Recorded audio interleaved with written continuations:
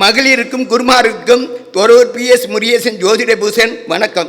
Cellphone 95 97 23 63 48. தலைப்பு நவீன வாசும் ஜாதக வாசு பரிகாரம். நவீன வாசுனா இந்த காலத்தில் இருக்கிற வாசு. இந்த வாசு அடிக்கடி மாறும், புதுசாக கண்டுபிடிச்சிக்கிட்டே இருப்பாங்க. அது நவீன வாசு 66 பேருக்கு சரியாக இருக்கும். ஜாதக வாசு 33 பேருக்கு சரியாக இருக்கும். அப்போ ஜாதகத்தை பார்த்து நவீன வாசை செஞ்சால் சூப்பராக இருக்கும். சில பேர் 66 பேருக்கு, ஏன்னா மிசாட்டி தானே வெற்றியாகும், அதனால் 66 பேருக்கு நவீன வாசு தான் சரியாக இருக்கும். 33 பேருக்கு நவீன வாசியில் குடியிருந்தால் சரி இருக்காது. அது ஜாதகத்தை பார்த்து தான் சொல்லலாம். அது நவீன வாசியில் யார் குடியிருக்கணும், யார் குடியிருக்கக்கூடாது அப்படின்னு 199 பேருக்கு வீடு அமைப்பு கண்டிப்பாக ஜாதகப்படி பார்த்தா அமையும். ஒரு ஆளுக்கு மட்டும்தான் அமையாது. இது ஆண்டவனுடைய செயல். அதை ஜாதகத்தை கரெக்டாக போயிருக்கு. அந்த காலத்துலேயும் சொல்லியிருக்காங்க, நம்ம புதுசாக மாற்றிக்கலாம். சாப்பாடு இது. ஒருவர் நவீன வாசி வீட்டில் குடியிருந்தால் சகல வசதிகளும் ஏற்படுத்திவிடும். இன்றைய காலத்தில் வாசு விஞ்ஞான வீடுகள் சிறப்பான பலன்களை தந்து வருகிறது. நண்பர் மணப்பாறை புலவர் துரசாமிகளும் ஜோதிடர்களும் புத்தகமே வெளியிட்டிருக்காரு. வாசை பற்றி பிரமாதமாக வெளியிட்டிருக்காரு. இருந்தாலும் நான் அதுக்கு எதிர்க்காத்தான் சொல்லுவேன். எனக்கு ஃப்ரெண்டு தான், சின்னது 30 வருஷமாக நாங்கள் ஃப்ரெண்டாக இருப்போம். ஆனால் வாதம் பட்டிமன்றம் எதில் போனால் எதிராக உட்காந்துக்கும். அப்புறம் ஒன்று சொல்லியிருப்பார், நான் அதுக்கு விளக்கம் ஒன்று நான் சொல்வேன். இன்னும் மற்றவர்களும் சொல்ல இருக்கிறார்கள். ஜாதகத்தில் உள்ள மனைவாசு பரிகாரங்களை மட்டுமே சொல்ல இருக்கிறேன். நான் இந்த வாசுக்கு பரிகாரங்களும் ஜாதகப்படி வாசு என்னங்கிறதான் சொல்ல இருக்கேன். அந்த வாசி நிறைய பேர் பேசுகிறாங்க, அதனால் அதில் அதிகமாக போக மாட்டேன். சில பாயிண்டை மட்டும் சொல்லிக்கிட்டு, இப்பொழுது ஜாதகப்படி வாசு, யாருக்கு ஜாதகப்படி வீடு அமைச்சால் எப்படி சிறப்பாக இருக்குங்கிறத பேச இருக்கிறேன். நவீன வாசி வீடுகள் 166 பேருக்கு சரியாக இருக்கும். 133 பேருக்கு ஜாதகப்படி வாசு பார்த்தாதான் சரியாக இருக்கும். இல்லைன்னா நவீன வாசியில் வீடு இருந்தால் வீடை விற்றுட்டு போயிடும். வாசெல்லாம் நல்லா இருக்குங்க, என்னங்க வீடு கட்டினாரு, எனக்கு கடன் வாங்கிட்டேன் அப்படின்னா ஜாதகத்துக்கு ஒத்து வரலை. அதே ஜாதகத்துக்கு 33 குறைவுள்ள வீட்டில் இருந்தால் யோகமாக செய்யும்.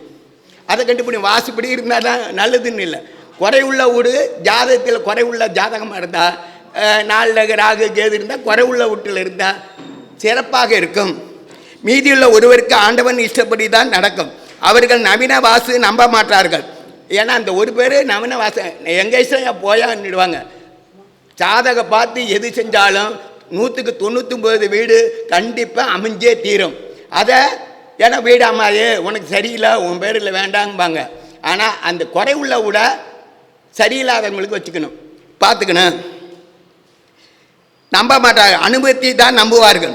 அவருக்கு காலம் கடந்து விடும், அதனால் அவருக்கு வாசு தேவையில்லை. இது மாதிரி 100க்கு ஒரு ஆளுக்கு.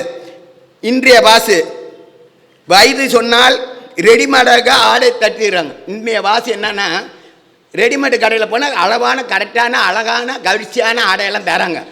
இதுதான் நம்ம வாசு. ஜாதகத்து கொஞ்சம் கரெக்டு முறையாக இருக்கும், அதை பார்த்து தான் செய்ய முடியும். இது இந்த பக்கம் இந்த திசைங்கிற 16 திசைக்கும் வாசு பழவினா வாசு சோசிரா எல்லாம். ஆனால் ஜாதக வாசு அப்படி இல்லை, படித்து அடிப்படையிலேருந்து படித்து தான் வேணும். ஏன்னா வாசு ஏன்னா நிறைய ஈஸியாக கற்றுக்கலாம் அப்படின்னு கற்றுக்கிறாங்க ஒழிய, ஜாதகத்தை கற்றுக்கிறதுனா கடுமை. முழுசு யாரும் ஜோதிடர் ஆக முடியாது. பல வருடம், ஒரு வாரம் பார்ப்பாங்க, 2 வாரம் வருமானம் இல்லை, அது இல்லை, இது இல்லைன்னு ஒதுங்கி போகிறாங்க. ஏன்னா அது அதிலே இருக்குது வருமானம். ஜாதகத்திலையும் யார் யார் எந்த ஜாதகத்தை, திருமணத்தை பற்றி சொல்லணுமா, குழந்தைய பற்றி சொன்னால் பிறகு தொழிலா அப்படின்னு ஒரு ஜாதகத்தில் இருக்குது. அடுத்ததோடு பேசும்போது அதை பற்றி ஜோசியர்கள் என்னென்ன பயன்படுத்தினா வருமானம் வருங்கிறத சொல்கிறோம். வயது சொன்னால் ரெடிமேடு ஆண்களுக்கு சட்டை வேண்டும், உடனே ஜவுளி கடை கொடுப்பார்கள். பெண்களுக்கு புதிய டிசைன்கள் ஆடைகளும் கவிச்சியாகவும் அழகாகவும் வயதுக்கு தகுந்த போல் ரெடிமேடு ஆடைகள் கிடைக்கும் நிலை உள்ளது. அதே போல் தான் வாசு வீடும் 166 பேருக்கு சரியாக இருக்கும். எல்லாத்துக்கும் ஒன்று குண்டா இருக்கவங்களுக்கு தான் சரி இருக்காது. மீதி பேர்த்துக்கு எல்லாத்துக்கும் வயசை சொன்னால் அளவு கரெக்டாக இத்தனை வயசுக்கு இவ்வளோ தான் இருக்குதுன்னு சொல்லுவாங்க. அது மாதிரி வாசு எல்லாத்துக்கும் பொதுவான வாசு. ஜாதகப்படி வாசு இல்லை, யார் வேணாலும் குடியிருக்கலாம். ஆனால் நம்ம சொல்கிற வாசு அந்த ஜாதகர் மட்டும்தான் குடியிருக்க மட்டும் நல்லது செய்யும். அவர் மாறிட்டாருன்னா பிள்ளைங்களுக்கு வரும்போது தோசை செய்யும். அதான் இந்த வாசுக்கு அந்த வாசுக்கு இதான். இப்பொழுதைக்கு நமக்கு ஒரு 50 வருஷத்துக்கு நல்லா இருக்கணுமா, நம்ம வாசி தான் பேசும், ஜாதக வாசி தான் பேசும். 133 பேருக்கு ஜாதகப்படி மனைவீடு தான் கொடுத்தாலும் வீட்டை சில வருடங்களில் விட்டு விடுவார்கள். இந்த 33 பேர் இருக்காங்களா, வாசுபடி வீடு கட்டி எல்லாம் கொடுத்தா விற்றுட்டு தான் போகணும். சில பேர் வெளியூருக்கு தான் வசிக்கணும்பாங்க, அது உங்களுக்கு வெளியூரில் தான் கட்டணும். இப்படி ஒரு அளவுக்கு கண்டிஷன் ஜாதகத்தில் இருக்கும். 60 பேர்த்துக்கு அதிக கண்டிஷன் இருக்காது, 33 பேர்த்துக்கு தான். அதனால் நம்ம ஜோசியர்கிட்ட வரவங்க மாட்டிக்கிட்டாங்களா, இந்த வாசுபடி சொன்னால் தான் அவங்க வீடு கண்டிப்பாக அவங்களுக்கு அமையுங்கிறது. யாருக்கு அமையாது, உனக்கு வீடே கிடைக்காது அப்படி 4ஆம் இடம் வந்து கற்பை பற்றி பேசும், வாகனத்தை பற்றி பட்டுக்கும், அம்மாவை பற்றி பேசும். கற்புன்னு என்னன்னா ஒரு பொய் சொன்னால் கற்பு போயிடுச்சுங்க. அதனால் 4 ராகு இருக்குது, கற்பு போனாங்க மோசங்கன்னு சொல்லவே கூடாது. ஏன்னா அனுபவத்திலையும் பார்த்துக்கணும். குரு பார்த்தா நல்லது. அதேமாரி குழுவில் கூட பேசுவோம். ஏன்னா நல்லவங்களாக இருக்கும்போது அவங்கள வந்து ஜாதகம் பார்த்து தெரியும், நீ இப்படி மோசமாக போயிடுவே அப்படின்னு அடுத்தவங்ககிட்ட சொல்லி திருமண பொருத்தம் இல்லைன்னா அவங்களுக்கு எவ்வளோ வேதனை. அதை கெடுத்த தோசை நமக்கு வந்துடும். அதனால் யோசனை பண்ணி சொல்லணும். குரு பார்த்தா எல்லாமே இருக்குது. பொய் சொல்லுவாங்க, மாற்றி பேசுவாங்க, அவங்களெல்லாம் கற்பு இல்லை. அதுதான் ராகுகளுடைய பவரு. சில வருடங்களில் விட்டு விடுவார்கள். கடன் அல்லது நோய் வம்பு வழக்கு காரணமாகும், ஏதோ ஒன்று கொடுக்கும். சூழ்நிலை விற்கு வரமாக இருக்க ஜாதக மனைவாசி என்ன சொல்கிறது, நடைமுறைப்படி ஜாதக மனைவாசை வீட்டை எப்படி அமைத்தால் நன்மை தரும் அப்படின்னு சொல்லியிருக்கு. சில ஜோதிட கலையை அறிந்து கொள்ளாமல் வாசு கலை மட்டும் அறிந்து வாசு சோதிடம் பார்க்கலாம் அப்படின்னு விருப்பம் நிறைய பேர் இருப்பாங்க. இந்த ஜாதகத்தை பார்த்தா கஷ்டம், வாசை சீக்கிரம் கற்றுக்கிட்டா நல்லா வருமானம் வரும், அதை கற்றுக்க சீக்கிரம் பண்ணுங்க. அதோட அடிப்படை ஜோதிட கலையும் கற்றுக்குங்கிற. ஏன்னா இப்போ இன்றைக்கி வருமானம் அது கொடுக்குதானா, ஆயுசு வரைக்கும் கொடுக்குது ஜோதிட கலை மட்டும்தான். நீங்கள் 90 வயசு ஆனாலும் வருமானம் கண்டிப்பாக கொடுக்கும், வாசை அப்படி கொடுக்காது. அதனால் நீங்கள் ஜோதிட வாசக்கலையும் கற்றுக்குங்க. அதோட ஜோதிட கலையை அடிப்படை தெரியணும், அந்த பலனை தெரிஞ்சுக்கணும். அதை தெரிஞ்சுக்கிட்டே நீங்கள் தான் போதும். ஏன்னா 5 லட்சம் பாட்டு இருக்குது, பூராமே கற்றுக்க முடியாது. அதனால் இப்படி இருக்குன்னு சிறு துளி புரிய நம்ம ஒரு பக்கம் படிப்போம், அவங்க ஒரு பக்கம், இந்த பக்கம் எல்லாத்தையும் சேர்த்து நம்ம வச்சுட்டா பெரிய சோசியர். அதனால் அதை பழகுங்க. ஏன்னா நானே கூட்டத்துக்கு வரேன்னா இன்னும் கற்றுக்கிட்டு தான் இருக்கேன். ஏன்னா உங்களுக்காக பதில் சொல்கிறதுக்காக படிக்கணும். அதனால் நல்லது இருக்கு, கேள்வி தரமான இருக்கு. இல்லைங்கிற வாதத்தை விட இதுக்கு என்ன செய்யலான்னு பரிகாரம் மட்டும் கேட்டு பழகுங்க. ஏன்னா சில பேர் இவர் சொன்னால் அவர் சொன்னது தப்பு, அதுதான் வாதம் பண்ணுவாங்க. அது கம்முன்னு இருந்துக்குவார். நம்ம கிடைக்க வேண்டியது பலன்கள் செய்திகள் கிடைக்காமவே போயிடும். அதனால் அமைதியாக கேட்கணும். ஜோதிடக்கலை கடுமையை நிறைந்தது என்று நினைத்து வாசுக்கலை எளிமை நிறைந்தது என்று அதை மட்டும் கற்று செயல்படுத்தினால் வருமானம் அதிகம் வரும்.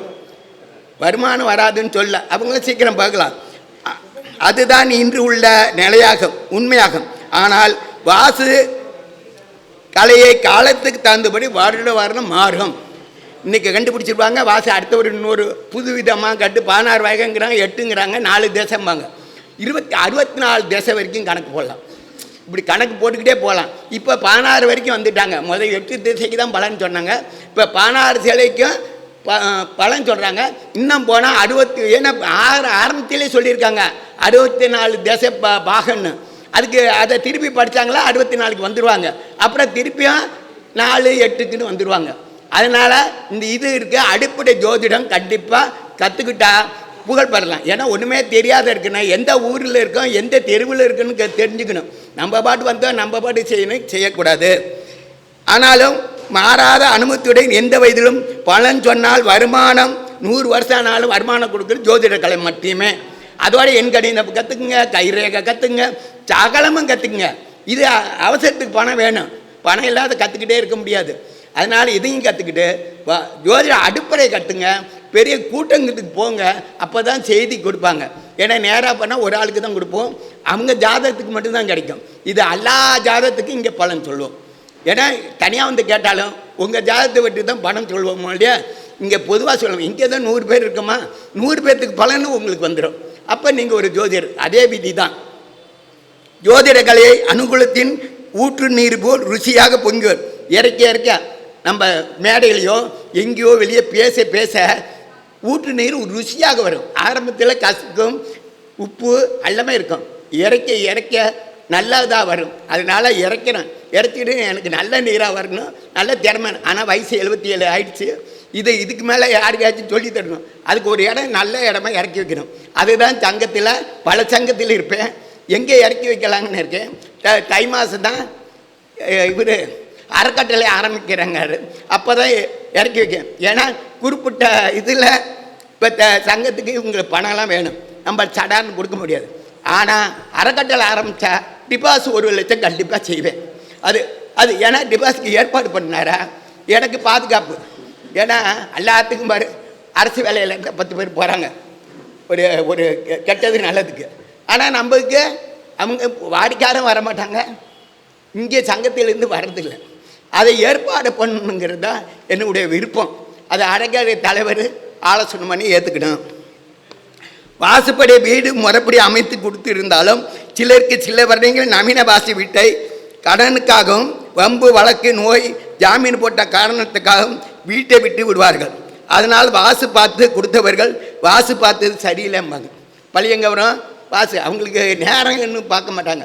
வாசு பார்த்தாங்க, இப்படி இடிக்க சொன்னாங்க, இப்படி கட்ட சொன்னாங்க, எனக்கு சரியில்லாத போச்சுன்னு அவங்க போய் 2 பேத்துக்கு போனால் 100 பேத்துக்கு போயிடும். அதனால் ஜோதிடனா உன் விதி இதை, ஆனால் இருக்க மட்டும் இரு. இப்படி இருந்தால் அவங்க நம்மளை திட்ட மாட்டாங்க. நம்ம விதி இப்படி தானே, ஜோதிட கலை மட்டும் தான் விதியை சொல்லலாம், வாசு கலையில் விதியை சொல்ல முடியாது. வாசுப்படி அமிச்சேன் அப்படி தான் சொல்லலாம். குறை சொல்வார்கள். சிலர் வாசு குறை உள்ள வீட்டை வசிப்பார்கள். அவருக்கு காலம் முழுவதும் சிறப்பாக வாழ்வார்கள். வாசையே பார்க்க மாட்டாங்க. அங்கே வீட்டில் போய் பாருங்கள், அந்த பக்கம் இருக்க, இந்த பக்கம் கோளாறு, அந்த பக்கம் கோளாறு. அவங்க வசதி வாய்ப்பு வண்டி வாகனம். அவர் ஜாதத்தில் வாசு குறை வீட்டில் இருந்தால் சிறப்பாக இருப்பாருன்னு இருக்குது. அது எப்படிப்பட்டது பின்னால் சொல்லிக்கிட்டே வருவேன். வாசு குறை சொல்கிறாரே, இது அந்த ஜாதகம் எப்படி இருக்குன்னு கேட்பீங்க, அது பின்னால் சொல்கிறேன். இப்போ கொஞ்சம் முன்னால் சொல்லிக்கிட்டே போயிடுறேன். காரணம், அவர் ஜாதகத்தில் இப்படிப்பட்ட வீட்டில் வாழ்ந்தால்தான் சிறப்பாக இருப்பார் என்று ஜாதக வாசு சொல்லும். இப்படிப்பட்ட வீட்டில் தான் இருக்கணும், இப்படிப்பட்டவர்கள் தான் சேரணும். இப்படி நம்ம சேர்றதை கூட சொல்லும். இன்னார் கூட சேர்ந்தாதான் நீ ஏறுவ. அதை கண்டுபிடிச்சிக்கணும். இதை பேச பேச கண்டுபிடிச்சிக்கலாம். அவர்கள் வாசுபடி தான் வீடு அமைய என்று பார்த்தால் வீடே அமையாது.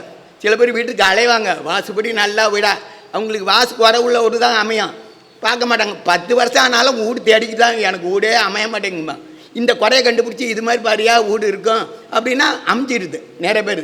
அதனால் வாசு தெரிஞ்சுக்கணும் ஜாதகத்தை. இல்லைன்னா வாசுப்படி தான் வீடு. நிறைய பேர் வாசு வீடு இருக்கா, என்ன வேலைன்னாலும் கொடுத்து வாங்கலாம். சில பேருக்கு அமையாது. காரணம், அவருக்கு வாசு உள்ள குறை உள்ள வீடு தான் அமையும். அதனால் ஜோதிட கலையை கற்று ஜாதபடியே வாசுமனை நடைமுறை பரிகாரங்களையும், அதுக்கு பரிகாரங்களும் நான் எல்லாம் சுயமாக இல்லை, சித்தர்கள் சொன்னது அனுபவத்தில் சொன்னது தான் சொல்கிறேன். நான் சொந்தமாக கண்டுபிடிச்சேன்னு என்றைக்குமே சொல்ல மாட்டேன். காப்பி அடிப்பேன், காப்பி கிளீனாக அடிப்பேன். அவங்களோட மார்க் கூட வாங்க. காப்பி அடித்தா கூட நான் தான் மார்க்கு கூட வாங்குவேன். பரிகாரங்களை பற்றி ஜாதகருக்கு நவீனவாசி வீடா அல்லது வாசு குறைவோட வீடா அல்லது வெளியூரா உள்ளூரா என்று ஜாதகத்தை அவருக்கு எப்படி அமைத்தால் நல்லது என்று சொல்லிவிட்டால் குறைகள் சொல்லாமல் இருப்பார்கள். யாரும் வெளியூரில் வாழ்ந்தால் வீடு தங்குமா, உள்ளூரில் போய் வாசுப்படி வாழ்ந்தாலும் அமையாது. வெளியூரில் போய் வாசுப்படி இருந்தால் தான் இருக்கும். இல்லை வாசு கோளாறாக தான் வெளியூர். இது 2 பாயிண்ட், உள்ளூரா வெளியூரா 2 பக்கமும் இருக்கலாமா, அப்படி ஒரு இது இருக்குது.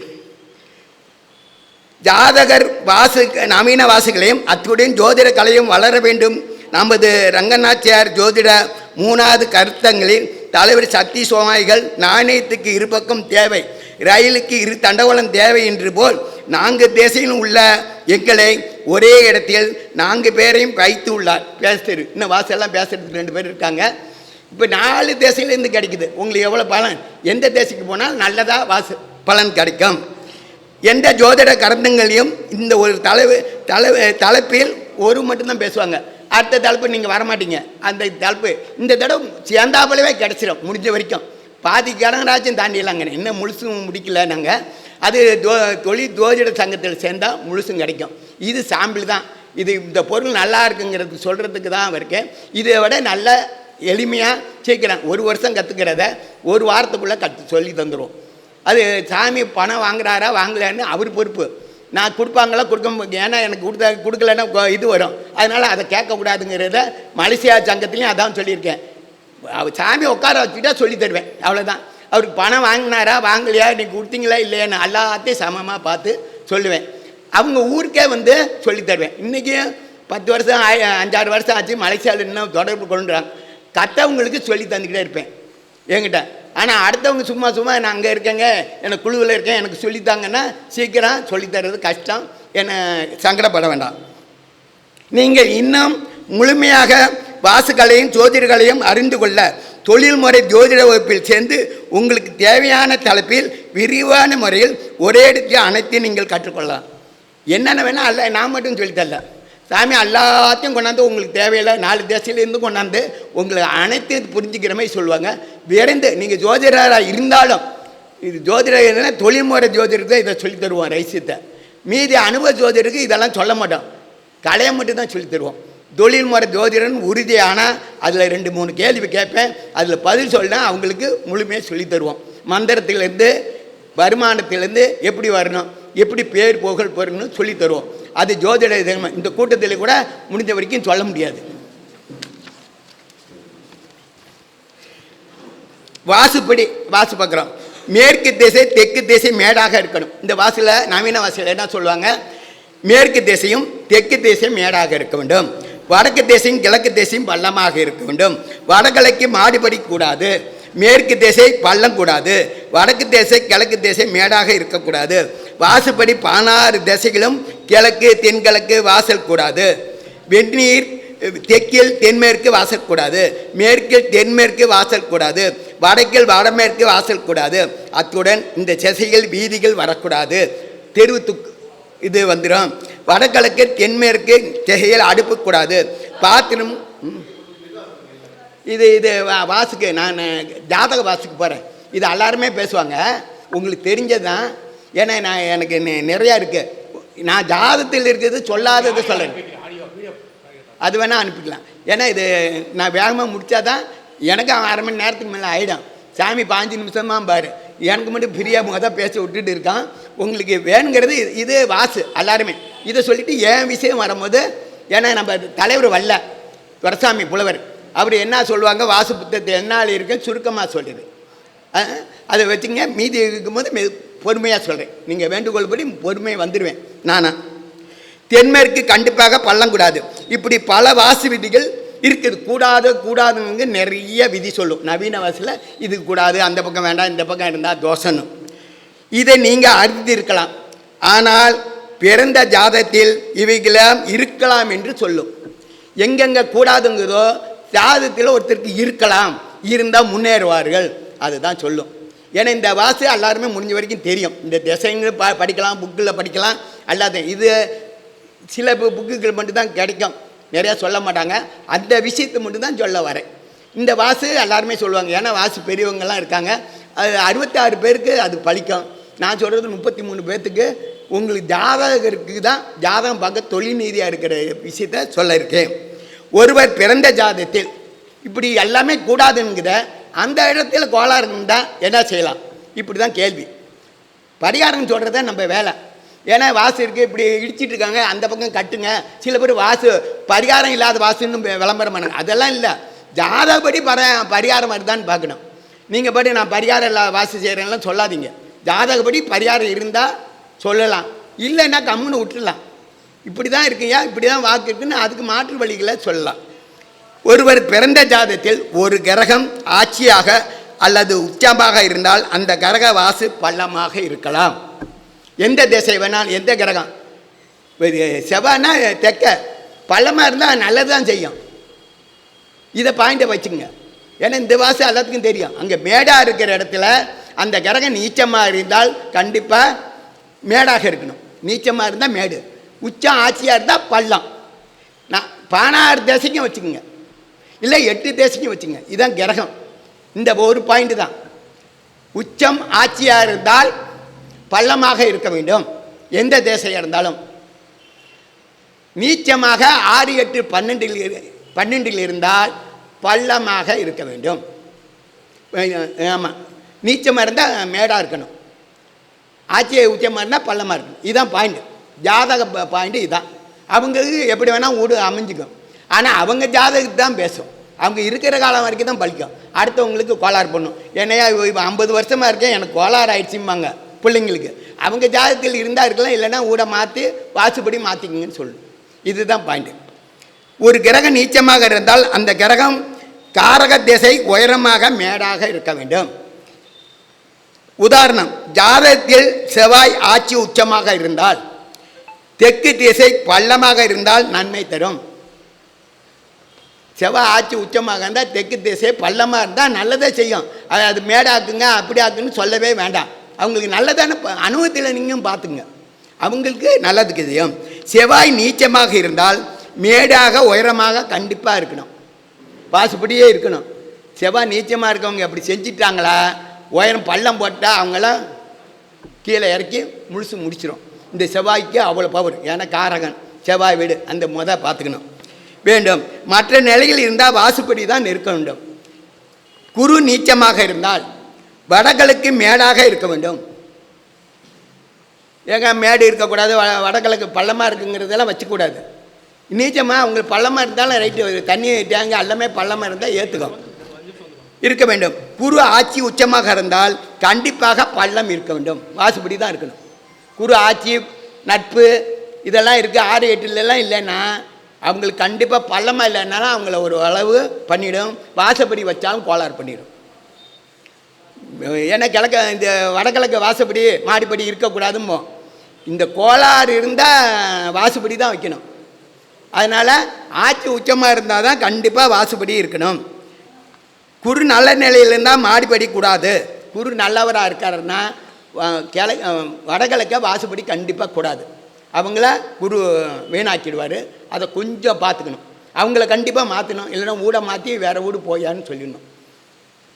ஆண்களுக்கு ஆண் குழந்தை பிரச்சனை கொடுக்கும். அப்படி இருந்தால் குரு வடகிழக்கு ஆண்களுக்கு ஆண் குழந்தை ஆண்களுக்கு பிரச்சனை கொடுக்கும். இல்லைன்னா ஆணே இருக்க மாட்டாங்க, இல்லைன்னா ஆண் குழந்தை இல்லாத போகும், இருந்தாலும் சரியாக இல்லாத போயிடும், உடல் பாதிப்பு தரும்.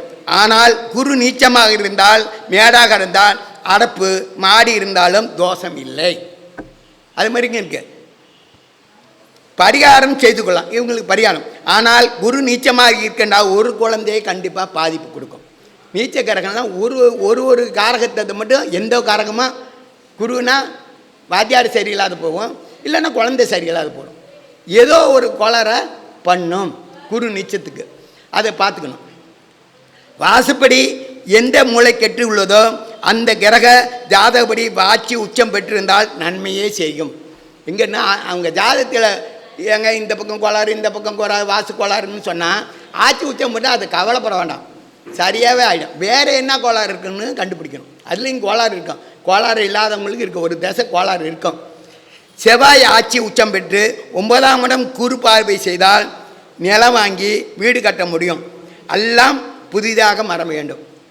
செவ்வாய் மட்டும் ஆட்சி உச்சம் பெற்று அது குரு 9ஆம் இடத்த குரு பார்த்தாருன்னு வச்சுக்க, இந்த பழைய மரம் பழைய செங்கல்லாம் போட்டாங்க அவங்கள ஒழிச்சிடும். எவ்வளோ நவீன வீடு கட்டினாலும் அதை தெரிஞ்சுக்கணும். ஓசியில் கொடுத்தாங்க மரம், அங்கே நல்ல தேக்கு மரம் ஃப்ரீயாக வாங்கி வந்துட்டேன், இல்லை காசு கொடுத்து வாங்கினேன் அப்படின்னு கட்டினா அந்த குரு செவ்வாய் ஆட்சி உச்சம் இருக்குது, சரிவு இருக்காது. பழைய பொருள் எதுவும் ஆகாது. புதுசாக தான் கட்டணும். மண்ணு கூட புதுசாக தான் மேலே போடணும். அப்போ தான் செவ்வாய் ஆட்சி உச்சது. செவ்வாய் 6 8 12 இருந்தாலும் செவ்வாய் நீச்ச பெற்றாலும் பூமியை தோண்டி கட்டடம் கட்டக்கூடாது. நீச்சமாக இருக்குது 6 8 இருந்தால் பூமியை நோண்டக்கூடாது. எப்பயும் நோண்டனா கட்டின வீடு நின்று பண்ணுவது, சாசனம் சரியில்லாத வீடு, அது பிளாட் வைக்கணும்னா தொடர்ந்து வாங்கிட்டே இருப்பீங்க.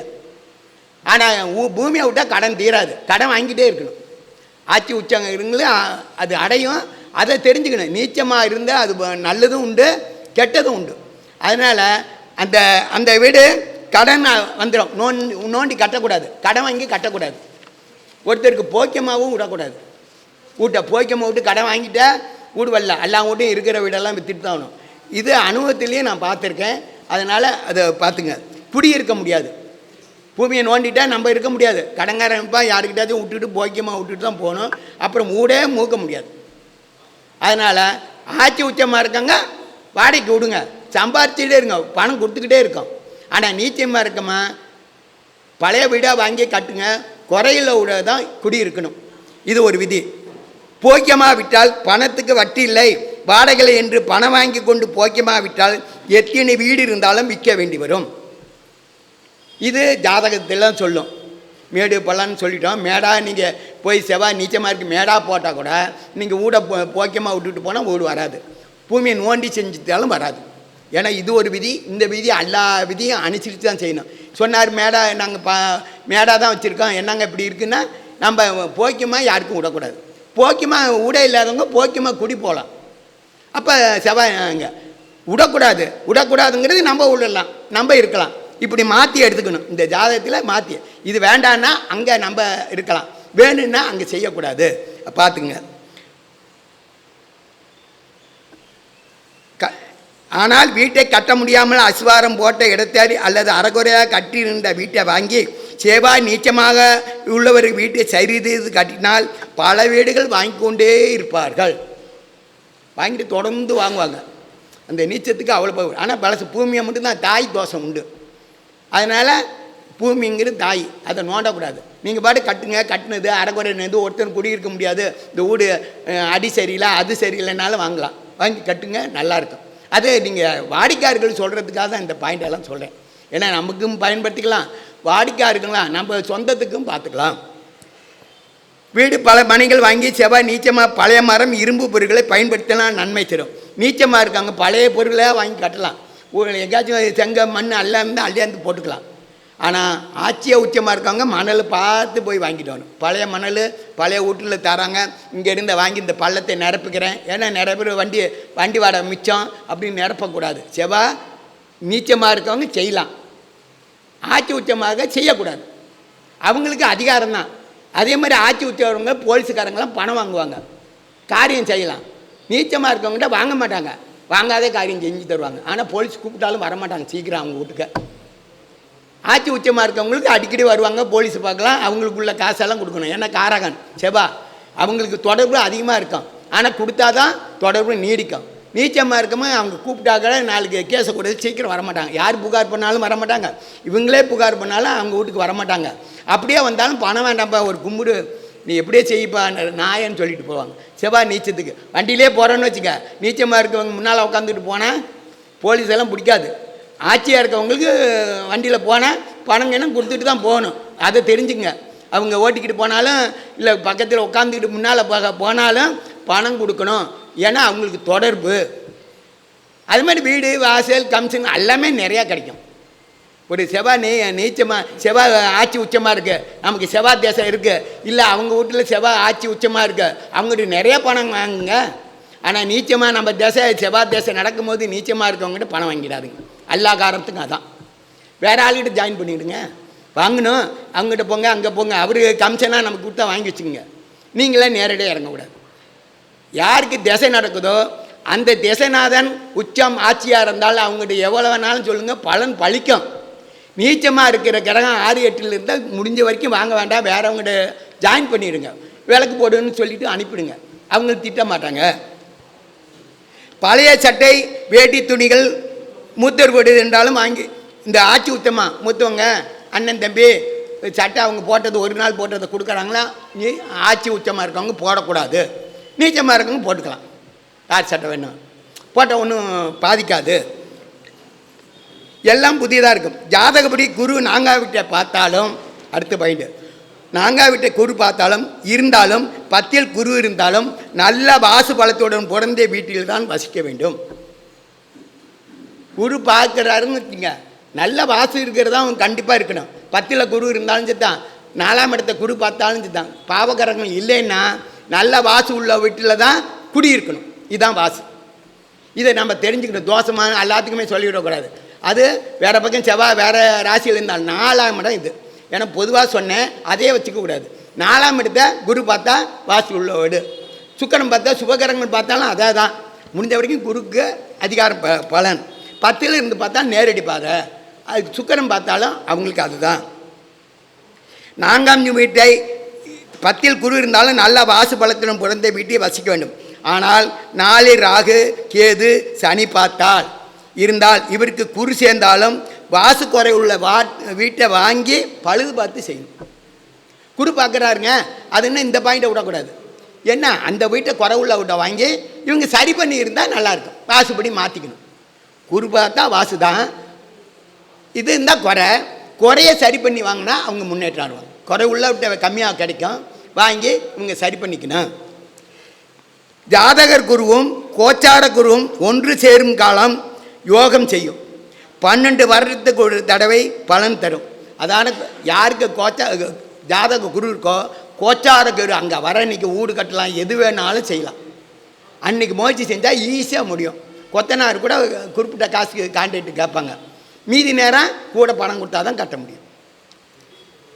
1, 5, 7, 9 ஜாதக குரு இருப்பதற்கு கோச்சார குரு வருங்காலம் வீடு கட்டினால் கிணறு வெட்டினால் நல்ல வாசு வீடு அமையும். அதுவும் 1, 5, 9 இருந்து குருவும் குரு இருந்து குருவும் பார்த்தார நல்ல வாசு மாளிகை எல்லாமே கட்டலாம். கண்டிப்பாக அந்த நேரத்தை வச்சு வாக்கு கொடுங்க, கண்டிப்பாக பலிக்கும். ஜாதகத்தில் குரு 6, 8, 12 இருந்து குரு ராகு சேர்ந்து இருந்தாலும் வடகிழக்கு மூலையை வாசுபடி அமைக்க வேண்டும். குரு 6, 8 இருந்தால் வாசு தான் பார்க்கணும். ஏன்னா குருக்கு மட்டும் வாசு ரொம்ப பார்க்கும், மீதி திசையெல்லாம் வேண்டாம்போம். ஆனால் குருக்கு அப்படி ஏற்றுக்காது, ரொம்ப பார்க்கணும். வடகிழக்கு மாஸ்டர் பெட்ரூமு கண்டி மூலையில் போர் போட்டு தெய்வங்களை ஜோதிடர்கள் திட்டினால் இதுகளும் போட்டு சோசியர்கள்லாம் திட்டுவாங்க. சொன்னவங்க வாசு சோசியர்கள்லாம் திட்டினால் கடன், வியாதி, வம்பு, வழக்கு, இருதய கோளாறு, குழந்தை வாழ்க்கை பிரச்சனைகள் அத்தனையும் அவர்கள் சேட்டை செய்வார்கள். சோசியர் திட்டக்கூடாது. யாராக இருந்தாலும் கொடுத்தாங்களா கம்முனாச்சு போகலாம், அடுத்தது நல்ல வாக்கு கொடுப்பாங்க. இந்த பெருமையாக அவங்கள திட்டக்கூடாது. ஒரு சோசியரை போய் ஒரு சோசியர்கிட்ட திட்டும் போது அவங்களுக்கு தோஷம் வரும், நம்ம நீக்கவே முடியாது. தோஷம் உள்ளவர் குரு உணவுகளே சாப்பிடலாம். அப்படி குரு தோஷம் இருக்குது அப்படின்னா குரு அது உணவெல்லாம் அப்புறம் சொல்லிக்கிறேன், இப்போ உணவுக்கு சொல்ல. ஆனால் குரு செவ்வாய் உணவுன்னு இருக்குது. அந்த உணவுகளை சாப்பிட்டா தோஷம் வராது. 2வது இப்படி இருக்குங்க, என்னங்க செய்யணும் உணவு. ஆனால் ராகு கேது செவ்வாய் பாவகரக உணவை சாப்பிடக்கூடாது, சுபகரக உணவை சாப்பிடலாம், தோஷங்கள் விலகும். அந்த கோளாறு இருந்தால் இது ஒரு பரிகாரம் சித்தர்கள் சொல்லியிருக்காங்க. வாசுப்படி குருக்கு என்ன உணவோ அதை சாப்பிடணும். கன்னி மூலையில் வாசு குறை இருந்தால் ரிஷபத்தில் ராகு உச்சமாக தென்மேற்கு மூலை எப்படி இருந்தாலும் நன்மை செய்யும். கன்னி மூலையில் வாசு குறை இருந்தாலும் ரிஷபத்தில் ராகு உச்சமாக தென்மேற்கு மூலையை நல்லா செய்யும். ரிஷபத்தில் இருக்குன்னா அந்த கன்னி மூலை கோளாறு இருந்தாலும் கூட நல்லதாக செய்யும். ஆனால் குடிப்பழக்கம் இருந்தால் தோஷம் நடைபெறும். அங்கே இருக்கிறது ராகு ரிஷபத்தில் இருந்து கன்னிமூலை சரியில்லைன்னா குடிப்பழக்கம் வச்சுருந்தாங்களா வீட்டெல்லாம் குளோஸ் பண்ணும், ஆளை பண்ணும், எல்லாத்தையும் பிரச்சனை பண்ணும். குடிப்பழத்துக்கு அதுக்கு பிடிக்காது. கன்னிமூலை பீரா வைத்தால் அதுக்கு அடையில் அட்டை மரப்பலகை வைத்தால் தான் நன்மை தரும். கன்னிமூலையில் வைங்க பணம் வருங்கிறாங்க, அதெல்லாம் இல்லை, அட்டை வைக்கணும், பலகை வைக்கணும். பீரா வைக்க கல்லுக்கெல்லாம் வைக்கிறாங்க, சிமெண்ட்டெல்லாம் யோகம் செய்யாது. எங்கே தான் வைக்கிறேன், எனக்கு யோகமே வர மாட்டேங்குது, அட்டையை வைக்க சொல்லுங்கள். ஏன்னா ராகுக்கு கன்னி மூலை ராகுடைய அம்சம், ராகுக்கு அட்டையும் பலகையும் தான் இருக்குது. பலகை இது இருந்தால் அவங்களுக்கு யோகம் வந்துடுங்க. வடக்க பார்த்து வச்சாலும் சத்தம், கிழக்கு பார்த்து இருந்தாலும் கன்னி மூலையில் பீரோ வச்சா யோகம்தான். ஆனால் சிமெண்ட்டு கல் அந்த கல் இந்த கல் தூக்கி வச்சா யோகம் இல்லை, பணம் தங்காது. ஆனால் அதுக்கு அட்டை, அந்த சிமெண்ட்டு கல் மேலே அட்டை வச்சாலும் சத்தான், பலகை வச்சாலும் சத்தான், ஏன்னா உயரம் வேணும். அதனால் அதை பார்த்துங்க.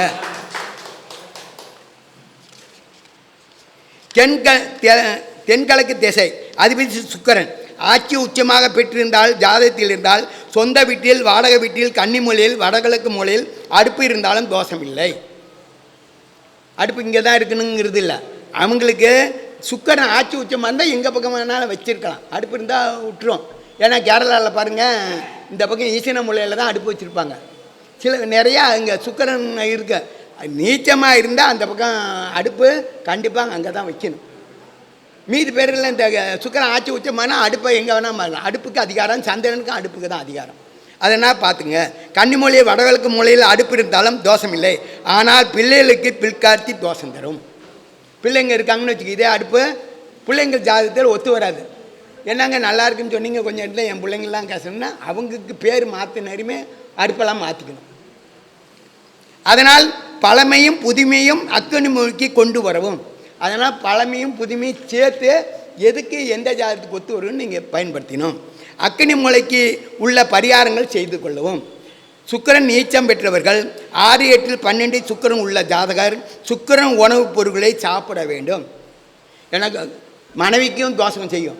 இதுக்கெல்லாம் சுக்கிரனுக்கு உள்ள உணவுப் பொருட்களை சாப்பிடணும். சாப்பிட்டா சரியாக இருக்கும். அது உணவுப் பொருட்கள்னு தனியாக படித்தா தான் சரியாக இருக்கும். உணவுப் பொருட்களை தெரிஞ்சிருக்கலாம், தெரியலன்னா இன்னொரு கூட்டத்தில் பேசிக்கலாம். இடுப்புக்கு கீழே வெள்ளி போட்டால் நல்லது. ஆனால் சில பேர் தங்கம் போடுவாங்க, கோளாறு பண்ணும். தங்கம் போடக்கூடாது. இடுப்புக்கு மேலே தான் தங்கம், கீழே வெள்ளிக்கு தான் போட்டால் யோகம் வரும். நிறைய பேர் வசதி இருக்குன்னு நிறைய பேர் பார்த்துருக்கேன், இடுப்புலேயே தங்க இதெல்லாம் கட்டுறாங்க. கட்டக்கூடாது. ஏன்னா கொஞ்சம் இறங்குனா கோளாறு, மேலே ஏறுனா நல்லது செய்யும். அது சொல்ல முடியாது இங்கே போட்டால் இறங்குமா ஏறாதுன்னு. அது இதை பார்த்துக்கணும். அக்கினி மூலையில் படித்தால் காதல் திருமணம் நடைபெறும். யாராச்சும் அக்கினி மூலையில் தான் படிச்சுக்கிட்டு இருக்காங்கன்னா, அடுப்பு இருக்குது சூழ்நிலை அப்படி தான்னா கண்டிப்பாக அந்த பிள்ளைங்களோ யாரோ காதல் திருமணத்தை நடத்தி வச்சிடும். அதை பார்க்கணும். அந்த இது பாக்கியஸ்தானம் 9ல் எந்த கிரகம் இருக்கிறது அவருக்கு ஆசையில் வீடு கட்டலாம். 9ஆம் வீட்டில் யாருக்கு பார்வையோ கிரகமோ இருந்தால் அவங்க ஆசை பண்ணி கட்டுவேயா அப்படின்னு சொன்னால் கட்டலாம். நல்லா இருக்கும் வீடெல்லாம். அவங்ககிட்ட போய் ஆசை வாங்கணும். 9 பார்த்தாலும் சத்தான், இருந்தாலும் சத்தான். அவங்களோட ஆசை பணம் கொடுக்குறாங்களே இல்லைன்னு ஆசை தான். நல்ல மனசார சொல்கிற ஆளாக இருக்கணும். திட்டுற ஆளுகிட்ட போய் ஆசை வாங்க முடியாது, உங்களுக்கே தெரியும். அதை பார்த்து தான் அவங்களுக்கு 9ல் அவ்வளோ ஆசை வாங்கினாலும் எந்த தோசை இருந்தாலும் வீடு அமைஞ்சிடும். கிரக நீச்சம் அடைந்து கிரக திசையில் அல்லது 6, 8 கிரகம் உள்ள நிலையில் வாசப்படி கூடாது. 2வது கிரக நீச்சமாக இருக்குதுல்ல, அந்த கிரக வாசப்படி கண்டிப்பாக வைக்கக்கூடாது. 6, 8, 12 இருக்க கிரக வாசப்படியும் கூடாது. வாசப்படி இருந்தாலும் சேர்த்தான் வைக்கக்கூடாது. அதை தெரிஞ்சுக்கணும். ஒரு கிரகம் நீச்சமாகனா அந்த திசை நோக்கி வாசப்படி கண்டிப்பாக கூடாது. 6, 8, 12 இருந்தாலும் கூடாது. ஆனால் ஆட்சி உச்சமாக கிரகம் இருந்தால் அந்த திசையை நன்மை செய்யும். வாசப்படி எந்த பக்கம் வைக்கிறதுங்கிறாங்க. ஆட்சி உச்சமாக இருக்கிற திசையை பார்த்து வச்சுக்கலாம், நமக்கு வசதிக்கு தகுந்த மாதிரி. ஆனால் நீச்சமாக இருந்தால் வசதியே இல்லைனாலும் வைக்கக்கூடாது. வசதியான இடத்தும் பார்த்துக்கணும். மேற்கு திசை ஆட்சி உச்சமாக பெற்ற சனியை குரு பார்த்தால் மேற்கு திசை நன்மை தரும். மேற்கு திசையில் சனி உச்சம் பெற்று குரு பார்த்தா அந்த மேற்கு திசையை வைக்கலாம். வச்சா பிரபலம் அடைவாருங்க. அது பார்த்துக்கணும். பழைய பொருள்கள் செங்கல், மண், இரும்பு, மரம் பயன்படுத்தக்கூடாது. மேற்கு திசையிலையும் ஆட்சி உச்சமாக இருக்குன்னா பழைய இரும்பு எல்லாம் பயன்படுத்தக்கூடாது அந்த திசையில். தாத்தா, முன்னோர், பெரியோர் பெயர்கள் வைத்து காகத்துக்கு உணவு வைத்தால் பல 100 ஆண்டுகள் வாரிசு வசம் இருக்கும். அந்த மேற்கு திசையில் இருக்கவங்க முன்னோரை கும்பிடணும். காகத்துக்கு உணவு கண்டிப்பாக வைக்கணும். எல்லா திசையிலும் வைக்கிறாங்களே இல்லையோ, மேற்கு திசையில் இருக்கவங்க காகத்துக்கு உணவு வச்சாதான் அவங்க 100 ஆண்டு வேணாலும் வீட்டில் வசிக்க முடியும். கிரகங்களுக்கு நீச்சம் 6, 8, 12 இருந்தால் அந்த திசையில் வீடு வாசல் கூடாது. ஆனால் குரு பார்த்தால் வைத்து கொள்ளலாம். இது முடியலன்னா குரு பார்க்குதா, அப்போ ஓரளவு பரிகாரங்கள் செஞ்சுக்கிட்டு வச்சுக்கலாம். அதுக்கான உணவுப் பொருட்களையும் சாப்பிடவும் தெய்வங்களையும் கும்பிட வேண்டும். வீட்டை கட்ட வேண்டிய கிழமை. அப்போ எந்த நேரம் கட்டணும், எது செஞ்சால் நல்லது. ஏன்னா ஒரு ஜாதகமே இல்லை, அவங்களுக்கு ஒரு கிழமை சொல்லணும்ல. ஜாதகம் இருக்கவங்களுக்கு தான் இதெல்லாம் சொல்லுவோம். ஜாதகம் இல்லாதவங்களுக்கு என்ன, ஞாயிற்றுக்கிழமை நிலத்தை தோண்ட சொல்லலாம். திங்கக்கிழமை தண்ணீர் விட சொல்லணும் இடம்லாம். செவ்வாய்க்கிழமை மண்ணை அப்புறப்படுத்தணும். செவ்வாய்க்கிழமை அன்றைக்கி தான் வீட்டில் இருக்க மண்ணை நோண்டி போட்ட மண் செவ்வாய்க்கிழமை, எந்த செவ்வாவை இந்த செவ்வாய் முடியலன்னா அடுத்த செவ்வாய் தான் அப்புறப்படுத்தவும். புதன்கிழமை புதிய கல் கொண்டு வரவும். புதன்கிழமை தான் கல்லெல்லாம் ஏற்றிக்கிட்டு செங்கல் கல் இதெல்லாம் ஏற்றிக்கிட்டு வந்தால் எப்போ கட்டினாலும் நல்லாயிருக்கும். வியாழக்கிழமை மண் கலவை தயார் செய்வோம். மண்ணுக்கு சிமெண்ட்டு எல்லாம் கொண்டாந்து ரெடி பண்ணணும். வெள்ளிக்கிழமை கல்லை வைத்து கட்டவும். வெள்ளிக்கிழமை ஆரம்பித்தா வீடு ஓகோன்னு போகும். இத்தனை இதுவும் ஜாதகம் இல்லாதவங்களுக்கும் இருக்கிறவங்களுக்கும் இந்த பலன்தான். இவளை இலை நுனியை வடக்கு என்று, மேல்பகுதி மேற்கு, கீழ்ப்பகுதி உணவு கிழக்கு என்று வைத்துக்கொள்ள வேண்டும். வலது பக்கம் தெற்கு என்று வைத்துக்கொள்ளணும். இந்த இலையை வச்சு சாஸ்திரம் சொல்கிறாங்க. வாழை இலை பெண், தென்னை மரம் ஆண். வாழை மரம் பெண், தென்னை மரம் ஆண். தென்மேற்கு மூலை நன்மை தரும். இந்த தென்மேற்கு மூலையெல்லாம் தென்னை மரம் நல்லாயிருக்கும். இது வடகிழக்கு பெண் ஏரியாவில் வாழை மரம் நல்லா தரும், பயன்படுத்திக்கணும். அது தென்னை மரம் அங்கே இருக்கணும், வீட்டுக்கு இருந்தால் நல்லது. வீட்டில் குறை, குடும்பத்தின் நிம்மதி குறை இருந்தால் பெரியோர்கள் ஆன்மீக வேடி சாப்பிட வரமாட்டாங்க. ஜெய்வனை தோசை அந்த தோசை இருந்தால் பெரியவங்களாம் கூப்பிட்டாலும் நேரம் இருக்காது. தாய் தந்தையும் வரமாட்டாங்க. ஆள் சாப்பிடவே யாரும் வரலன்னா, யாருக்கும் போடலன்னா செய்வனை தோசம் கந்தி தோசம் கண்டிப்பாக இருக்கும். வந்து சாப்பிட்டா எந்த தோசமும் பழிக்காது. பெரியவங்க ஆன்மீகம் யாராச்சும் தாய் தந்தையே சொல்கிறேன், வந்து சாப்பிடணும். எனக்கு நேரம் இல்லை, அங்கே சாப்பிட்றேன், இங்கே இருக்குது, நேரம் இல்லைன்னு போனால் வீட்டில் தான். இப்போ இதெல்லாம் வீடு கட்டினாலாம் வீட்டில் சோறு ஆக்கி போடுறது இல்லை. வீட்டில் அந்த புது வீட்டில் கட்ட மாட்டாங்க, கல் வீணாக போகணும். அங்கே 4 பேர் 5 பேர் வீட்டுக்காரங்களாச்சும் சாப்பிடணும். நிறைய பேர் சாப்பிட்றது இல்லை. வெளியே ஒரு இடம் பந்தல் போட்டு வீடு குடி போனோம் அப்படின்னு சாப்பாடு போடுறாங்க. சாப்பிட்டாதான் தோஷங்கள் இருக்காது. 1 வருஷம் வீடு கட்டி குடி போகலன்னா பேய் பிசாசுகள் வந்து தங்கும். 1 வருஷத்துக்குள்ளே குடி போய் ஆகணும். கட்டி சும்மா இருக்குது வாசலில். அதுக்கு தான் சில பேர் வாசலையே வைக்க மாட்டாங்க. அது வச்சுட்டா அதுக்கு உரிமை வந்துருன்னு நாள் கடத்துவாங்க. அவங்களுக்கு பரவாயில்ல. ஆனால் வாசல்லாம் எல்லாம் ரெடி பண்ணிட்டா கண்டிப்பாக குடி போயிடணும். வீட்டில் அப்படி சாப்பிட்டாலும் அவசரமாக சாப்பிடும். சில பேர் அவசரமாக சாப்பிட்டு ஓடிடுவாங்க. பொறுமையாக நல்ல நிதானமாக இன்ட்ரெஸ்டாக சாப்பிட்டா, சுவையோடு சாப்பிட்டா அந்த வீடு நல்ல வீடு, தனவர்த்தி எல்லாமே கிடைக்கும். தந்தை தாய் நமக்கு உதவி செய்தவர்கள் இதில் சேர்த்துக்கொள்ளலாம். தந்தை தாய் உதவி செய்ய ஆன்மீகவாதி மட்டும் இல்லை, பெரியோருக்குன்னா தந்தை தாய் தான் முக்கியமாக. அது மாதிரி உதவி செய்கிறாங்களா, சின்ன உதவி செஞ்சால் கூட நமக்கு ஒரு இடத்த சொன்னால் கூட அவங்களையும் பயன்படுத்திக்கணும். விருந்தினர் இலையில் சாப்பிட்டா இருவருக்கு நன்மை தரும். இலையில் சாப்பிட்டா தான். இப்போ தட்டுக்கிட்டு எல்லாம் கொடுக்குறாங்க. இலையில் சாப்பிட்டா 2 பேத்துக்குமே நல்லது. பரிகாரங்கிறது இலையில் போட்டால் தான் பரிகாரம். அதான் இந்த இலைக்கு என்ன விஷத்தையே வாழைமட்டை எடுத்துருது. அதுமாரி தோசத்தை எடுத்துரும். தட்டில் போட்டால் அவங்களுக்கு தோசை கண்டிப்பாக நேரடியாக வந்துடும். நிறைய பேருக்கு தட்டில் போடுறாங்க. போட்டால் தின்னவங்களுக்கு தோசை கண்டிப்பாக வரும். ஆனால் இலையில் போட்டால் நம்ம அவங்களுக்கு புண்ணியம் சேர்ந்த தோசத்தை கழிச்ச புண்ணியமும் வரும், அவங்களுக்கு நீக்கின தோசமும் வரும். இலை சாப்பாடு இப்போ இலையெல்லாம் கிடைக்காது நம்ம சொன்னாலும். அதனால் யோசனை பண்ணி இலையில சாப்பிடணும். சின்ன இலையாச்சும் போட்டு சாப்பிடணும். அவன் என்ன பெரிய சுண்டைக்காயா என்பார்கள், இவன் என்ன பெரிய பூசணி மாதிரி இருக்கிறான்னு என்பாங்க பழமொழியில். பெரிய சுண்டைக்காய். இந்த சுண்டைக்காய் சுண்டல் காய், அதுக்கு பேர் சுண்டல் காய். வீடுகளில் உள்ள குறைகளை சுண்ட வைத்து வாசிநீதியான குறைபாடுகளை நீக்கும். பாரத சோசியர்கள் பல கர்மவினையெல்லாம் தீர்க்குறோம். கண்டிப்பாக வீட்டில் அக்னி மூலையில் சுண்டல் வத்தில் வச்சு 1 வாரம் வச்சுருந்துட்டு அதை ஆக்கி தின்னுட்டா கொன்னா பாவம், தின்னா தோசம் போயிடும். அதனால் தோசத்தை விளக்கினாலும் தோசைந்தான். அது நம்ம விளக்காத இருக்க முடியாது. நல்லதுன்னு செய்யணும். அதுக்கு சுண்டவத்தில் பயன்படுத்துங்க. 1 வாரம் வச்சுருந்துட்டு அதை ஆக்கி வாரம் செய்யுங்க. எந்த தோசை யாருக்கு என்ன பரிகாரம் சேர்ந்தாலும் நமக்கு தோசம் கிடையாது. நிறையா பேர் கஷ்டப்படுற காரணம் தோசையம் பார்த்தா கஷ்டம் அப்படி இப்படிங்கிறாங்க. இதெல்லாம் செய்கிறது இல்லை. அவங்க பரிகாரம் ஆரம்பத்தில் நிறையா சொல்லியிருக்காங்க சித்தர்கள். இன்னும் பரிகாரம்லாம் நிறையா இருக்குது. அதை கண்டிப்பாக செஞ்சால் தோஷமே இல்லை. அதே மாதிரி தொழில் புண்ணியம் தொழில் ஜோதிட கலையோட வேறு இல்லை. ஏன்னா நம்ம வீட்டுக்கு கவலைப்பட மாட்டோம். அந்த வந்தவன் ஜாதகம் பார்த்தவன் நல்லா இருக்கணும், வீடு கட்டணும், அதை தான் சொல்லுவோம். நம்ம வீடு கட்டணுமான்னு நினைக்க முடியாது. நம்ம பிள்ளைங்க வீடு சோசியர் மட்டும் தான் நினைக்க மாட்டார். மீதி பேரெல்லாம் லஞ்சம் வாங்கும் போது இது போய் வீடு கட்டிடலாம், இதை போய்ட்டு பணம் டிபாசிட் பண்ணலான்னு. ஆனால் ஜோதிடர்கள் மட்டும் வந்த வாடிக்கையாளர் மட்டுமே கண்டிப்பாக நலமாக இருக்க வேண்டும் இருப்பார்கள். வீடு எப்படி இருக்குங்கிறது நினைக்க மாட்டாங்க. அது பரிசோதனை பண்ணுங்க. இது சோசியர் மாதிரி யாருமே கிடையாது. ஏன்னா தர்ம சிந்தனை அவங்க தான். ஜாதகம் பார்த்துட்டா வீட்டை நினைக்க மாட்டாங்க. வீட்டை நினைத்தா ஜாதகம் வாக்கு வராது. வீட்டை நினைத்தா வாக்கு வராது. அதை நம்ம தெரிஞ்சுக்கணும். வீட்டை நினச்சிக்கிட்டு இந்த காசு போய் அங்கே போகணும்னு நினச்சோமா நமக்கு வாக்குப்படி தான் வராது. வீட்டை மறந்துட்டு சொல்லுங்கள். நீங்கள் சொல்கிறது இல்லை, சித்தர்கள் கண்டிப்பாக சொல்லுவார்கள். உங்களுக்கு அப்புறம் கேட்கணும் என்ன ஐயா சொன்னேன்னு. அப்போ நம்ம பலன் பலிக்கும். அதை பார்த்துங்க. ஜோதிடர்கள் மன அழுத்தம் ஏற்படும்.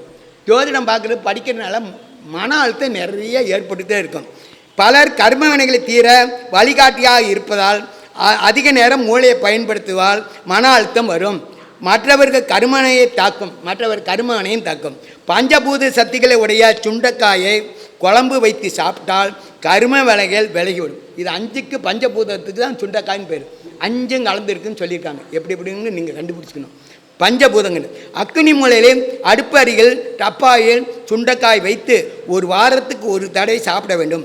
பிறகு புதிய சுண்டைக்காய் வாக்கி வைக்கவும். அக்னி மூலையில் உள்ள தோஷமும் மாடிப்படி சரியில்லாத வடகிழக்க வச்சுன்னா அவங்களுக்கும் சுண்டைக்காய் வச்சா மாடிப்படி தோஷம் போயிடும். இடத்தில் இருப்பவர்கள் வடகிழக்கு தோஷமும் நீங்கிவிடும். இது பரிகாரம் சிம்பிளாக. அதுக்கு மேலே மாற்ற முடிஞ்சா வசதி இருந்தால் மாற்றலாம். முடியாதவங்கள போய் அதை இடித்து கட்டுங்க இது இடிச்சு கட்டுன்னு சொல்லாதீங்க. இதுக்கு எளிமையான பரிகாரம். ஆனால் அதை நம்பிக்கையோடு அவங்க செய்யணும். பச்சரிசி கொடுத்தா பசுமாடு கொடுத்த மாதிரி. ஆனால் யாருக்கு பச்சரிசி சொல்லணும் யாருக்கு பசுமாடு சொல்லணும் நம்ம கண்டுபிடிச்சிக்கணும். வசதி உள்ளவங்களுக்கு போய் பசுமாடை கொடுங்கங்கணும், வசதியில் பச்சை அரிசியை கொடுக்கணும். 1000 பேர்த்துக்கு அன்னதானம் பண்ணணுன்னு வரும். 1000 பேர்த்துக்கு இவங்க போட முடியுமா? முடியாது. என்னன்னா பச்சரிசியை நொறுக்கி வெள்ளத்தை கலந்து எறும்புக்கு போட்டால் 1000 பேர்த்துக்கு அன்னதானம் போட்டது தான் சொல்கிறது. 1000 பேர்த்துக்கு அன்னதானம். இதை நம்ம புரிஞ்சு ஆளுக்கு தகுந்த மாதிரி தான் சொல்லணும். வசதி உள்ளவங்களை போய் 1000 எறும்புக்கு போட்டால் கேட்காதுங்கிறதையும் புரிஞ்சுக்கணும். இருக்கிறவங்களை செய்ய விடாத தேக்கினா அந்த தோசை வந்துடும். இருக்கிறவங்களையும் செய்ய விடுங்க. இல்லாதவங்களுக்கு இந்த நம்பிக்கையோடு இருக்கவங்களுக்கு சொல்லுங்கள். நம்பிக்கை இல்லைன்னா அதுவும் சொல்லாதீங்க. இதெல்லாம் கேட்குமாம்பாங்க. என்னையா பச்சரிசி போட்டால் எனக்கு நல்லது வந்துடுமா? நான் எவ்வளோக்கு அன்னதானமே பண்ணேன் அப்படின்னுங்கிறாங்க. இந்த சுண்டைக்காய் செடி உள்ள குழந்தைகள் நன்றாக படிப்பார்கள். சுண்டைக்காய் செடி தானாக விளையும். சுண்டைக்காய் செடி மட்டும் வச்சிட்டிங்களா வீட்டில் பிள்ளைங்களாம் நல்லா படிக்கும். ஆனால் வாசப்படி எதிரில் சுண்டைக்காயை வைக்கக்கூடாது. வாசப்படி எதுக்கால முன்னாலேயே வச்சுக்கிட்டா நல்லதுன்னு வைக்கக்கூடாது. பின்னால் எங்கேயாச்சும் வீட்டில் இருக்கலாம். வாசப்படி எதுக்கால மட்டும் வைக்கக்கூடாது. எந்த திசையில் இருக்கோ அந்த எதுக்கால இருக்கக்கூடாது. அதை நல்லா பார்த்துக்கணும். சுண்டைக்காய் படுப்பு கிடுப்பு எல்லாத்துக்கும் வசதி வாய்ப்பு வேலை வாய்ப்பு எல்லாத்துக்கும் சுண்டைக்காய் செடியை வச்சுக்கலாம். இப்போ இடமே இல்லை யாரும் வைக்க. நம்ம சொல்லலாம் செடி எங்கேயோ வைக்கிறதுக்கு முயற்சி செய்யுங்க. பூசணிக்காய். அடுத்து பூசணிக்காய். பூ என்றால் பூமி. பூசணிக்காய் பூங்கிறது பூமி. சனி என்றால் நமக்கு உள்ள தோஷம். பூசணி அதான் பூங்கிறது பூமி. சனிங்கிறது சனீஸ்வரன் தோஷம். அந்த தோஷத்தை உள்ள வாசு தோஷங்களை நீர் நிறைந்த குறைபாடுகளை காய வைத்து குணப்படுத்தும். அதுங்க நல்லா சுண்டி காய வைத்து குணப்படுத்தும். பூமி என்பது மண், நிலம், கட்டடம் அல்லது நமது உடலில் உள்ள நீர் நிறைந்த குறைபாடுகளை சொல்லும். நம்ம உடம்புல நீர் கோளாறு இருந்தாலும் வீட்டில் நீர் கோளாறு இருந்தால் நீர் கோளாறுனா கந்திஷ் கோளாறு. அதையும் இந்த பூசணிக்காய் அதுக்கு தான் கட்டுறாங்க. ஆனால் மாற்றி மாற்றி கட்டிக்கிட்டு இருக்காங்க. நம்ம பூசணிக்காய் செடி வளர்த்தாலும் ரொம்ப நல்லது. அந்த பூசணிக்காய் மட்டும் காசு இல்லாத வாங்காதீங்க. காசு அங்கே அறுத்துக்கிட்டு வரணும்னு முடிச்சு கிடைக்காது. அறுத்துக்கிட்டு வேணால் காசை போட்டுட்டு அறுத்துட்டு வந்துடலாம். செடிக்கு தான் கொடுக்கணும் காசு. அவர்கிட்ட கொடுத்தா தான் இன்னொருத்தர் யார் பூசணிக்காய் நீ அறுத்துக்கிட்டு போங்க காசு கொடுத்துடாதீங்க. செடிக்கிட்டே போட்டுட்டு வந்துடலாம். பார்த்துங்க. பூசணிக்காய் என்பது அசுரம் என்பதால் வீட்டில் கட்டுவது பூசணியை சுற்றி விட்டால் எல்லா தோஷங்களும் விலகிவிடும். குறிப்பாக வடகிழக்கு மூலையில் உள்ள தோஷம் தென்மேற்கு மூலையில் உள்ள தோஷங்களை நீக்கும். தென்மேற்கு தோஷம் வடமேற்கு தோஷம் வடகிழக்கு தோஷம் கண்டிப்பாக படிக்கடி இருந்தால் பூசணிக்காய் கட்டியே இருக்கணும். அவங்க குடி போகிற அன்றைக்கி தான் கட்டுறாங்க. அப்புறம் தோஷம் இருக்கவங்க எப்போவும் மீதி பேர் கட்டாட்டியும் தோஷம் வடகிழக்கு இது இருக்கவங்க கட்டணும். இதை இலவசமாக பறித்து அதை வாங்கி வரக்கூடாது. செடி அருகில் பணத்தை போட்டுவிட்டு தான் பறித்து வர வேண்டும். சமையல் அறை சரியில்லாதவர்கள் மருமகன் சரியில்லாதவர்கள் குடும்பத்தில் சமையல் சரியில்லைன்னாவே மருமவன் இதெல்லாம் சரி இருக்காது. அக்னி மூலை சரியில்லைன்னா மருமவனும் சரி இருக்காது. மருமவன் எல்லாமே கோளாறு இருக்கும். பணத்தட்டுப்பாடு இருப்பவர்கள், பிறந்த பெண்களுக்கு குறை இருப்பவர்கள், பெண்களுக்கு பிரச்சனை இருப்பவர்கள் வெற்றிலை பாக்கு சுண்ணாம்பு பயன்படுத்தினால் நன்மைகள் இடும். வெற்றிலை பாக்கு இதெல்லாம் குறை இருந்தால் வர்றவங்களுக்கு வெத்தலை பாக்கு வச்சிடணும். வெத்தலை பாக்கு முதலாம் போடுவாங்க. இப்போ விலையெல்லாம் அதிகமாக இருக்குது யாருக்கு கொடுக்கறது.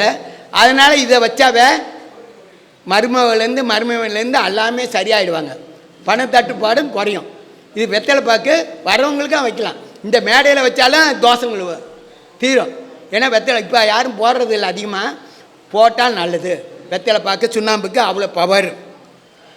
கொட்டைப்பாக்கு கொழுந்து அதான் இந்த கொட்டைப்பாக்கு தான் ரொம்ப இது. இப்போ ஆனால் பாக்கெல்லாம் மாறிடுச்சு. சாயம் போட்டு கொண்டாடுறாங்க. இருந்தாலும் இருக்கணும். போட்டால் வாய் சேர்க்கும். எங்கள் வாசு தோசை பிரச்சனைகள் தீர்ந்து வாழ்க்கை வளம் பெறும். வெத்தலை பாக்கு எங்கே வைக்கிறோமோ அந்த வீட்டில் தோஷமே இருக்காது. இடத்துலையும் தோஷம் வராது. செவ்வாய் ஆட்சி உச்சமாக இருப்பவர்கள் பழைய மரம் இரும்பு செங்கல் வைத்து கட்டியிருந்தால் வீட்டை சுற்றி எங்கள் ஊடெல்லாம் பழைய மரம் வாங்கி தான் கட்டிட்டேங்க. நான் என்ன செய்ய நீங்கள் முதல் சொல்ல நோண்டியெல்லாம் கட்டிட்டேன். இப்போ என்னங்க செய்கிறது? ஏன்னா மரம் கட்டிட்டாங்க. அவங்களுக்கு பரிகாரம் சொல்லணும்ல. அதுக்கு என்ன பரிகாரம்னா செவ்வாய் நீச்சம் மருந்து வீடை கட்டிட்டாங்க. பழைய மரம்லாம் பயன்படுத்திட்டாங்க. இடிக்கவும் முடியும் விற்கவும் முடியும். அதுக்கு என்ன செய்யணும்? வீட்டை சுற்றி எலுமிச்சம்பழத்தை சுற்றி வாசப்படியே வெளியே மரத்தடியில் பழத்தை புதைச்சிட்டா அந்த மரதோஷம் போயிடும்.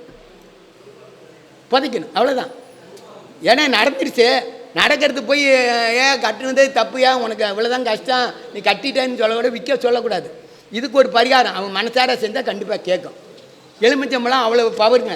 3 எலுமிச்சம்பழம்னா ஒரு ஆடு வெட்டுற மாதிரி, 3 எலுமிச்சம்பழம்னா ஆடு வெட்டுற மாதிரி இது இருக்கும். அடுத்தது இன்னும் கொஞ்சம், இன்னும் 2 பக்கம் என்ன கேட்டுக்கணுமில்ல, இல்லை அதுக்குள்ளே முடிச்சிடும். துறையூர் PS முரியேசன் ஜோதிட பூசன் பேசுகிறேன். ஜாதகமனை வாசும் பரிகாரங்களும். வடக்கு குடி போனால் பரிகாரம்.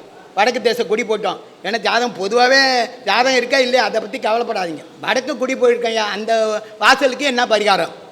வடக்கில் வாழ நினைத்தால் வாழ்த்திய பெண்களுக்கு வரிசையுடன் நடக்கையில் பேச உடையுடன் அணிந்து முன்னே அழைத்து 4 அடி உரி தேங்காவை நறுமலர் தேங்காய் பழம்லாம் கொடுக்கணும். குடி போகிற இன்றைக்கி பழைய ஊடா புது ஊடா.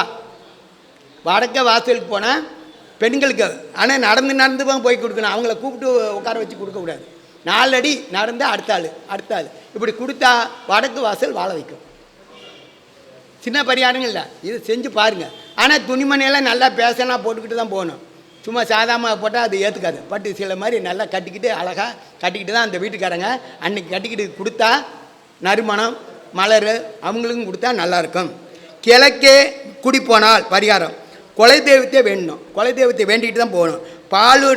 பாலும் கொண்டாடுனா விளக்கு நிறக்குடம் இதெல்லாம் வச்சு தான் கிழக்க போகிறவங்க. மீது எல்லா வீட்டுக்கும் போகிறோம், இருந்தாலும் கிழக்க வீடு போகிறவங்க இதெல்லாம் வைக்கணும். பால் நிறக்குடம் இதெல்லாம் வச்சு பருப்பு சந்தனம் பூர்ண கும்பம் வைக்கணும். அந்த வீட்டுக்கு போகிறவங்க 6 வகை உணவு போடணும். சுவையில்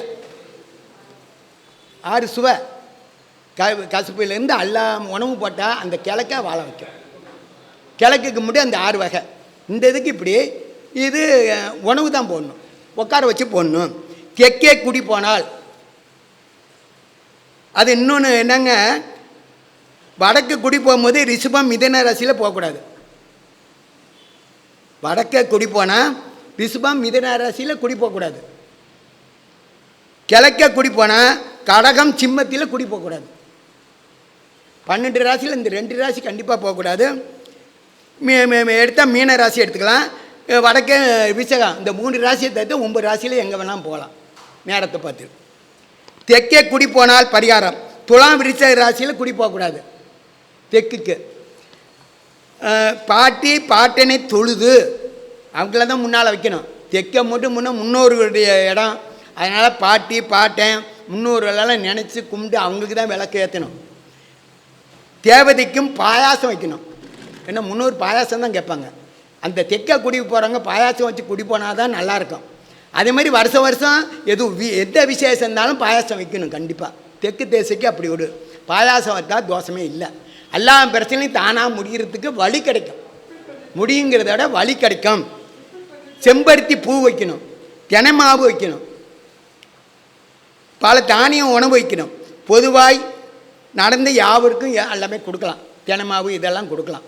தெற்குக்கு அப்படி ஒரு இது முன்னோர் தான். முன்னோர் ஆசை இருந்தால் தான், முன்னோருக்கு நினச்சி பாயாசம் வச்சாதான் அம்மாசையெல்லாம் கண்டிப்பாக கும்பிடணும். அவங்க தெற்கு இருக்கவங்க மட்டும், மீது பேர் அவங்க இஷ்டம். தெற்கே கண்டிப்பாக கும்பிடணும். ஏன்னா முன்னோர் இருக்க திசை அவங்க பார்த்துக்கிட்டே இருப்பாங்க. நம்ம சாப்பிட்டுக்கிட்டே இருந்தால் அவங்க பார்ப்பாங்களே. பாயாசம் வச்சு அவங்க பேரை சொல்லி சாப்பிட்டுக்கலாம். நம்ம தான் சாப்பிட போகிறோம், அவங்க பேரை சொல்லி சாப்பிடுங்க.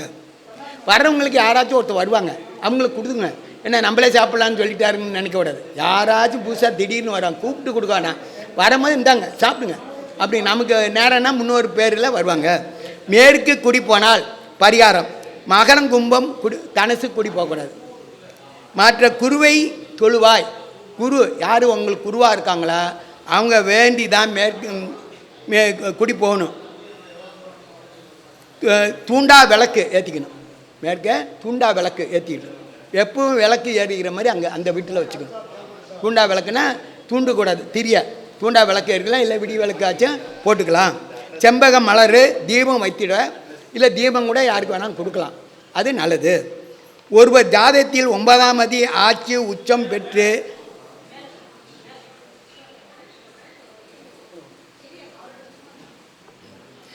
ஒருவர் ஜாதத்தில் 9ஆம் ஆட்சி உச்சம் பெற்று கேந்திரம் கோணம் தனம் லாபத்தில் நின்றால் சுபர் பார்த்தால் லக்கணாதிபதி 9ஆம் லக்கணத்தில் அல்லது லக்கணாதிபதி 9ஆம் சேர்ந்திருந்தால் நல்ல இடத்தில் இருந்தால் வாசுபடி இருந்தால் அவங்களுக்கு சகல யோகம் கிடைக்கும். யார் ஒருவர் ஜாதத்தில் 9ஆம் அதிபதி தான் 9ஆம் தான் வீடு கீடு அவர் ஆட்சி உச்சமாக இருந்தால் வாசுபடி தான் போகணும். இவ்வளவு கோளாறு சொன்னேன், இருந்தாலும் முன்ன வரைக்கும் வாசியும் பார்க்கணும். கோளாறு கூட வாங்கினா கூட வாசுபடி வீட்டை திருத்திக்கணும். கேந்திரம் கோணம் தனம் லாபத்தில் இருந்தால் அவரை சுபர் 9ஆம் இடத்தை சுபர் பட்டாலும் லக்கணாதிபதி 9 இருந்தாலும் 9ஆம் லக்கணத்தில் இருந்தாலும் அல்லது லக்கணாதிபதி 9ஆம் சேர்ந்து இருந்தாலும் இவங்க வாசுபடி இருந்தால் சகல வசதியும் ஏறிக்கிட்டே இருக்கும். 9ஆம் தான் முக்கியமாக பொறுப்பு. எல்லா தோசையும் இது வீக்கிறது 9ஆம் 9ஆம் 6 8 12 நீச்சம் அசங்கம் வக்கரம் பெற்றால் குருவும் பாதிப்பு பெற்றால் வீடு மனை பாக்கியம் குறைவாகும். இவங்கெல்லாம் பிள்ளைங்க எல்லாம் தான் வீடு வாங்க. ஏங்க இவ்வளோ சொன்னீங்களே பரிகாரம் நாங்கள் எங்கள் வீட்டில் வாங்கிக்கிட்டு வாங்க கூடாது. 9ஆம் மெயின் பார்த்துக்காங்க.